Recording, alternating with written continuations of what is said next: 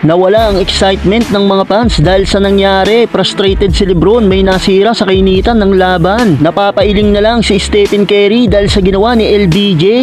LA Lakers versus Golden State Warriors. Greatness sa greatness ang labanan. LeBron James kontra sa nagbabalik lineup na si Stephen Curry. Well, hindi maganda ang pasok ng unang quarter para sa greatest shooter. Walang naitalang punto si Curry sa loob ng 8 minutes. Bumawi na lang sa assist si Steph. Jonathan Kuminga ang bumabanat sa opensa ng Warriors. Total of 10 points. Solid din ang naiambag ni Andrew Wiggins. Lumamang na sana ang Warriors. Halfway mark, nakabawi naman ang LA led by LeBron James, Rui Hachimura and Anthony Davis na umaararo na sa ilalim. Solid offense ang naiambag ni AD para sa LA. Klay Thompson off the bench, 8 points ang ginawa para sa Warriors. Mukhang maganda ngayon ang gising ni Thompson. Yun nga lang, kuha pa rin ng Lakers ang 6 digits lead, 36-30 end of first quarter. Second quarter, in Riddance si Klay, isang tres kagad ang binitawan. Total of 8 straight points ang ibinigay dito ni Klay para sa Warriors. Habang sa Lakers, buhat pa rin ni LBJ ang opensa, loob at labas, gumagawa ng puntos itong si The King. Napapailing na lang si Stephen Curry sa ginawa ni LBJ sa rookie. Tinirahan ni step back 3, may kasama pang foul. Halfway nang magbalik floor si Stephen Curry, dito palang nakuha ni Steph ang kanyang first 2 points. Pero hindi pa dyan nagtatapos ang greatest shooter. Kumanapa ng mga puntos si Curry. Tinatastas lang ang depensa ng Lakers sa loob ng pinta. Total of 13 points ang kinana ni Steph bago magtapos ang quarter. Umambag pa si Klay Thompson, Draymond Green to Jonathan Kuminga, back-to-back alley-oop dunk.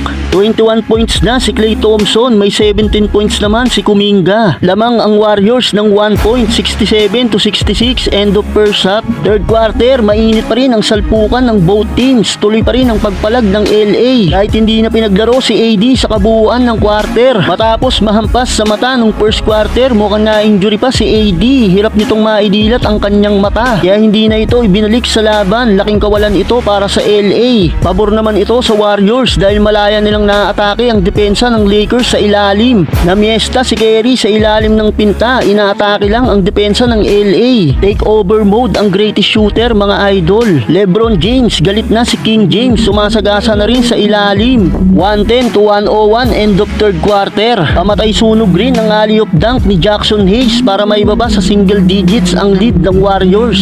Fourth quarter, nagkaroon pa ng run ang LA. Pasan na ni LBJ ang opensa ng Lakers. Binubutas na ni The King ng inside defense ng Warriors. Ilang salaksak kagad ang ginawa ni Lebron, may kasama pang foul.